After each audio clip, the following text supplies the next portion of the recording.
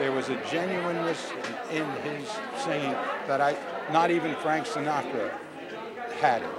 And that's what made him very special to me. That and Queens. Well, he lives a beautiful, clean life. He lives an elegant life, and he lives art as life, and most people don't.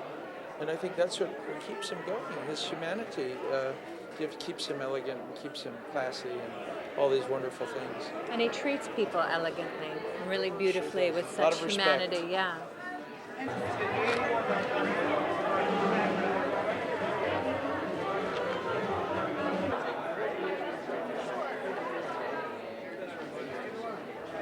Well, in the history of music and the history of art, there are certain moments that have become a renaissance in great countries.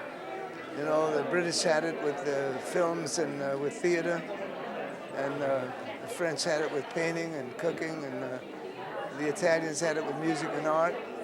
And in our great country, even though it's brand new, in the 30s, late 20s and 30s and early 40s, we had George Gershwin, Irving Berlin, Jerome Kern, Johnny Mercer, and a lot of great composers. And it was a renaissance. It was a moment that'll never be replaced.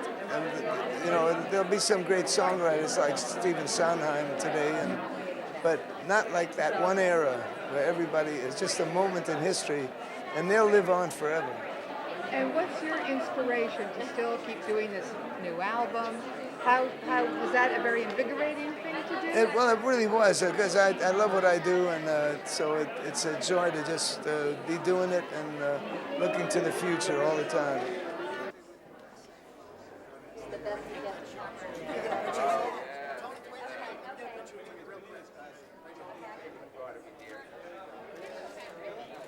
He's an American icon, an American treasure. I think he brings in a great sense of style and class and grace to everything he does. And, he's been part of the American musical landscape for a long time, not quite 80 years, but almost. And he's definitely worth celebrating. I'm just so honored to be here, to be a part of it, and so thrilled that he's become a friend of mine. It's a real privilege to know him.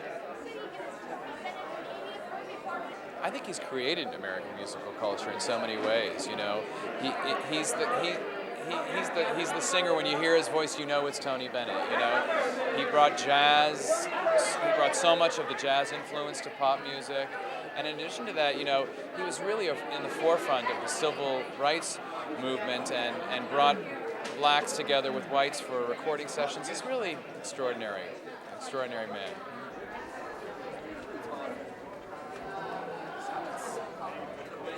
He's a generous man, very gentle, generous. Is that all the G's? Did I go through the G?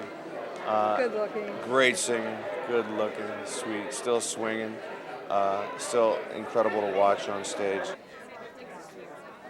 There are not a lot of people doing what he's doing right now,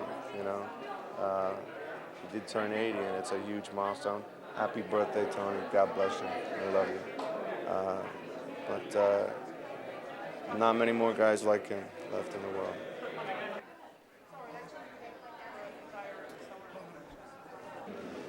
He has always responded forever in the positive. Whenever we called him for anything in the civil rights movement, he was one of the first to step to the table. Without fanfare, without noise, without rancor. He never resisted. I called him quite often to go to Selma on the big march to Montgomery. He came down to the March on Washington here in New York when Martin Luther King first came to win the hearts of New Yorkers. We gave a big concert up in Harlem. That was then the New York State Armory. And he was the first white artist to step to the table, came up to Harlem, and everybody just went mad for him. And I just think he's one of the dearest human beings. Gives me great hope for the future.